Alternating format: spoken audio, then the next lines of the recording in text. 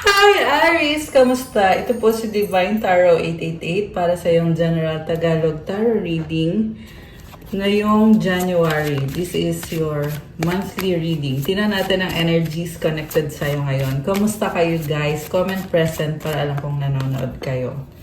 You have imperfections. Love is a beautiful mess. Embrace its imperfections. So, okay. Parang wala kang direksyon when it comes to love. Settling, avoid settling for less than you deserve. So, parang ayaw mo mag-commit kasi gusto mo, mahanap mo muna yung the one or yung person na talagang para sa'yo. Okay, although, tingnan natin. You have 7 of fire. Ngayon kasi, yung focus mo is nasa pagiging unique and focus ka ngayon sa sarili mo. Gusto mo ipaglaban kung ano yung deserve mo, kung ano yung happiness mo. You are like a unicorn na ibang-iba ka at palaban ka rin. So, it's like you have your own bubble na gusto mo mapag-isa, maging independent at alagaan ang sarili mo at i-enjoy yung buhay mo. Kaya, mag-isa ka dito eh. So, baka single ka or mas gusto mo lang talaga yung feeling na independent ka at kaya mo sarili mo. And very practical ng energy at the same time. Very passionate. Ibig sabihin, gagawin mo kung anong gusto mong gawin at walang makakapigil sa'yo. And then we have messenger of fire. So, mukhang meron kang kausap na person at hindi mo masyado siniseryoso, medyo flirty yung energy or magaan lang. So, I feel like ayaw mo munang mag-commit ngayon at yung iba sa inyo meron kang karelasyon na hindi ka masaya sa kanya or parang feeling mo nagsisettle ka na lang, nagtitiis ka na lang kahit talagang hindi ka satisfied or merong ginagawa yung person mo na hindi ka masaya. Okay. Ano bang nangyayari dito? Secrets. Something is hidden from you. Someone isn't being truthful. So, ayun na nga. Feeling mo kasi hindi siya honest sa'yo. May mga bagay na tinatago niya sa'yo. Long distance. Love knows no distance. It transcends time and space. So, kahit na magkalayo kayo, andun yung connection niya talaga sa isa't isa. Okay, so, ano ba mga mensahe ang gustong iparating ng taong kadil mo ngayon? Tingnan natin.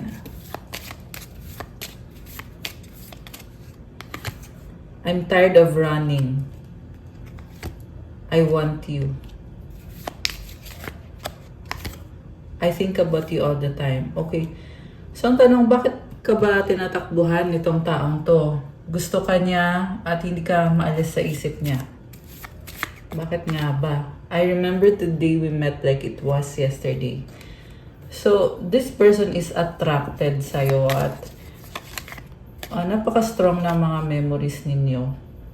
You're mine forever and ever. Our love will never cease to exist.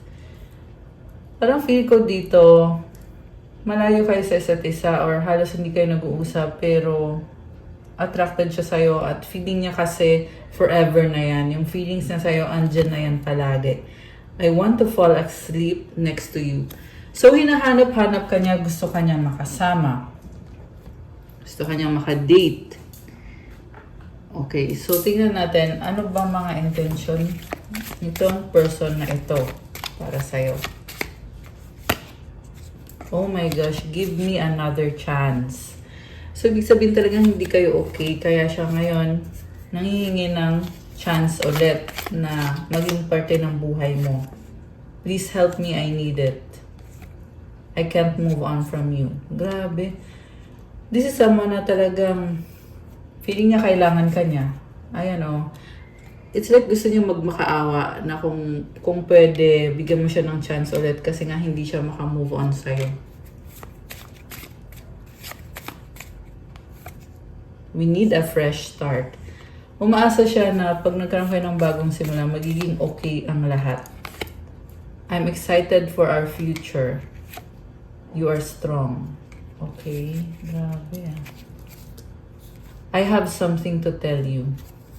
Okay, parang hindi maganda yung sasabihin niya kasi nag-reverse eh. Or kinakabahan siya sa pag-uusap ninyo or sa muling pag-uusap ninyo o pagkikita ninyong dalawa. Honeymoon. Challenges, obstacles. Thinking of you makes me smile. You're a God-given gift. Okay, may mga problem kayo eh, pero na-inspire siya pag naiisip ka niya kasi special ka, para kang gift or regalo. Ayan, galing kay God. I want to be with you. Grabe. Very intense and passionate itong connection na to. So, okay, kuha ko ulit ng tarot cards. Alisin ko muna to mga cards dito. Ayan. So, person ni Aries.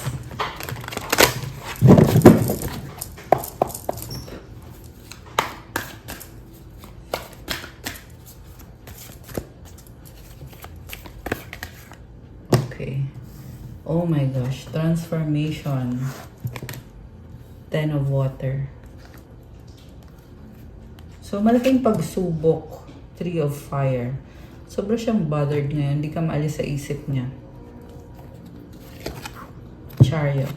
Wow. Palaban. This is a very creative energy. Queen of Earth. Alam mo, meron siyang ka-deal na karmic connection. Okay.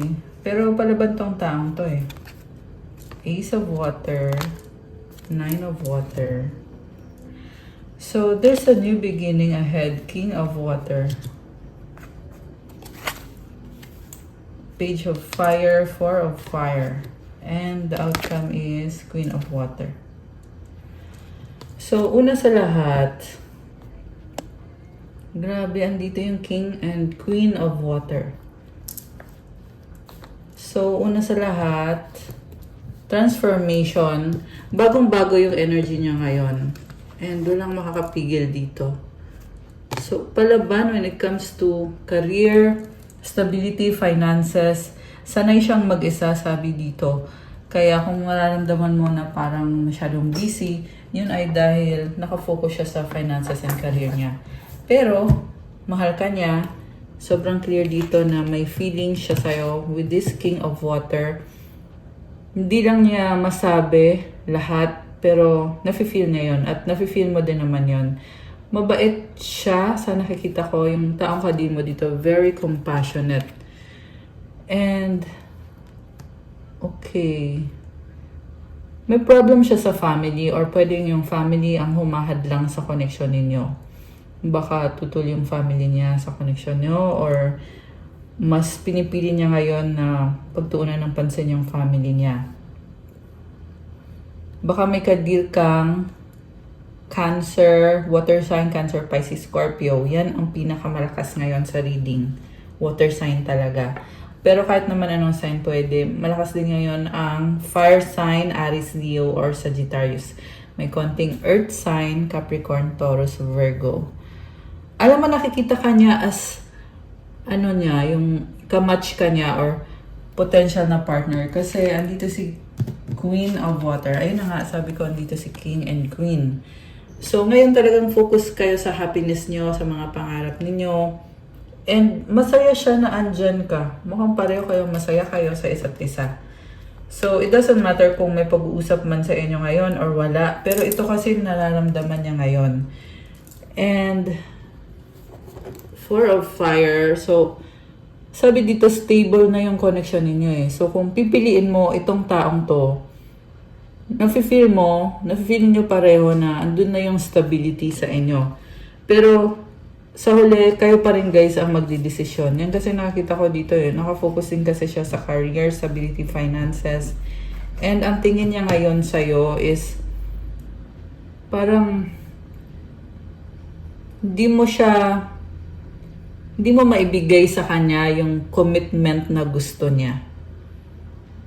Kasi page of fire ang lumabas dito. Or baka tingin niya sa'yo immature ka. Kasi energy din ng bata to eh. So, ang gusto niya kasi mangyari is magkaroon nga kayo ng commitment sa isa't isa. Pero feeling niya na siya lang yung may gusto. Ganon yung pakiramdam niya. At the same time, alam din naman niya na kaya mo namang mag-commit sa kanya pero mukhang ayaw mo. Okay? Yan ang sabi dito eh. Parang ayaw mo or hindi mo pinaparamdam yung totoong feelings mo. Hindi mo sinasabi lahat. Ganon yung tingin niya sa'yo. Kasi ito lang, page of fire yung tingin niya sa'yo sa ngayon. You have the patience card, 2 of fire, queen of fire. Padaanan natin yung plane. Ayan, baka merong magta-travel kasi may dumaan na airplane sa reading nyo. No? So, patience, 2 of fire, queen of fire. Alam mo, Aris, naghihintay ka lang eh. Pero nakikita ko na hindi ka titigil hanggat hindi mo nakukuha yung mga pangarap mo sa buhay. And ang advice ko lang sa'yo dito, huwag kang matakot. Kasi with this 2 of fire, nakikita ko malaki yung ambition mo, yung pangarap mo. At the same time, andun din yung feeling na tama na ba yung panahon, tama ba itong gagawin ko. And at the same time, confident ka sa sarili mo. Ayan, Queen of Fire energy. So, ang masasabi ko lang, ipag-pray mo yung situation mo, kung relationship ba to or connected ba to sa career mo. Kasi, i-reveal naman sa'yo kung tamang tao ba to, tamang timing ba to, kung ano man ang dapat mong gawin. Okay. So, gusto kong tingnan, what's coming towards you? Ano ang paparating para kay Aries? What's coming towards Aries? Guardian, a lost loved one watches over you. Intuition, the red flags you ignore now will come back to bite later. Okay, malakas yung intuition mo eh. So, parang cycle. Merong cycle na nangyari na parang umuulit yung nangyari na dati. Okay, ano pa? Patience. Oh, 2 beses na lumabas yung card ng patience. Sana yung kanina? Ito oh, ayan oh. Just a few more months, good things come to those who wait. Oh, kailangan habaan ng pasensya. So, parang na-feel ko dito na pagod ka, parang naiinip ka, ayaw mo nang maghintay, natatagalan ka. Pero sabi kasi, good things come to those who wait. So, matuto mo nang maghintay. Kasi, pag dumating na yan, it would be worth it naman. Okay? And by the way, pwede to applicable to pareho sa love life at sa career mo. No, it's not the right time. So, kaya nga sabi patience kasi hindi pa ngayon yung tamang panahon. Ayan. So, ang masasabi ko lang, surrender to God. Okay? Kasi, tutulungan ka niya sa season of waiting. And it will be worth it sa huli. Health issues could arise. Yes, luck is on your side. Alam mo, medyo hindi okay yung health or yung physical, pero maswerte ka eh. Sabi dito, luck is on your side. So, mag-vitamins kayo guys. Okay? Para maiwasan itong mga, ayan, yung mga bagay na ganyan. So, mag-exercise ka, mag-detox ka, para magkaroon ka ng good health. Ayan, merong gold digger, they want your money being used. Okay. Oh, vacation. You will be traveling soon. Tingnan natin, anong message ng mga angels ni Aries? Anong message? Okay. We have 111 destiny. Follow what you feel. Listen as your intuition helps to guide you to what you are manifesting. The inner whispers are helping you to create all that it is that you desire. Listen, lean in, and follow your soul. So, ayan. Pakinggan mo yung sinasabi ng intuition mo kasi gabay yan sa manifestation mo at tinutulungan ka naman na gawin kung anong gusto mo. As long as Pakinggan mo yung sinasabi ng intuition mo. You are doing well. Affirmation, life is always happening for me. I am allowing myself to lean into what feels good. And then, 1 for 3, preparation. Life is filled with phases. The whisper is telling you to prepare for the unexpected and allow change to pass through with a sense of peace. So, yung mga struggle mo na yan, dadaan lang daw yan. Okay? It will change at magkakaroon ka ng peace. Financial and creative changes are upon you. May mga pagbabago din na kailangan mong gawin. Pero, yeah, sa simula lang siguro may mga tanong ka or nagsastruggle ka. Pero, like I said, it will pass. It's only temporary, yung mga changes. Affirmation, my dreams and desires are coming to fruition, bringing change that I welcome with an open heart and open mind. So, it's very clear na nasa-sense mo na na ito na yung mga pinapangarap mo, papunta na sa'yo. Nagiging totoo na. So, i-welcome mo yon. Kailangan mo ding buksan ng isip mo at buksan ng puso mo. Kasi nga, merong mga pagbabago along the way. So, be open-minded. And, ayun, i-pray mo yung situation mo. Kuha kita ng advice. Anong advice? Advice for Aries. Doubt. Offering all to the divine doesn't mean negativity never arises. But you can say, free me from this prison of doubt. I cast this burden to you. Show me your will and restore me to faith and confidence. Alam mo, hindi naman talaga perfect ang lahat. Pero, isurrender mo daw yung burden mo kay God. At i-pray mo na ipakita sa'yo kung ano yung will niya para sa'yo. At ibalik yung confidence mo sa sarili mo at yung faith mo. Ayan guys. So, again, sabi dito, surrender your burdens to God. By the way, new moon po tayo ngayon as of the recording of this video. So, it's a good time for releasing, cleansing, letting go of your old emotions, yung mga baggages, let go mo na yan, yung mga hindi magandang nangyari, move on na. At kung may kailangan kang baguhin sa sarili mo, now is the time para baguhin. It's the new moon. And surrender everything to God. Ipag-pray nyo. Lahat ng mga situation nyo, i-pray nyo at i-surrender nyo. So, wag nang mag-alala. Si God nang bahala. Siyempre, kailangan mo din gawin kung ano yung dapat mong gawin. Ayan. So, that's all for your January Kapalaran, Aries. Thank you for watching. Pa-like, comment, subscribe, hit the notification bell. Kung kailangan nyo ng one-on-one reading, pwede po kayong magpa-private reading. Message nyo ako sa Viber or sa WhatsApp. Nasa description box po yung contact details. And I just saw angel numbers 1144. So, meron tayong nasagap dito na your angels are really with you. Tinutulungan ka, sinasamahan ka, pinoprotect ka. So, comment, thank you angels for being with me. Thank you angels. Ilagay nyo dyan guys. Kasi, kailangan natin silang pagpasalamatan. At, it will protect you really more pag palagi kang nagpapasalamat. So, comment, thank you angels. Thank you for protecting me. Thank you again, Aries. Nga pala, meron pa po tayong 20% discount para sa private reading for the long-time subscribers and 15% para sa mga new subscribers. And to avail, message kayo sa Viber or sa WhatsApp kasi hanggang January 31, 2026 lang po yung promo. Thank you guys. I love you, Aries. Have a good day. God bless you all. Stay safe and see you again soon. Bye!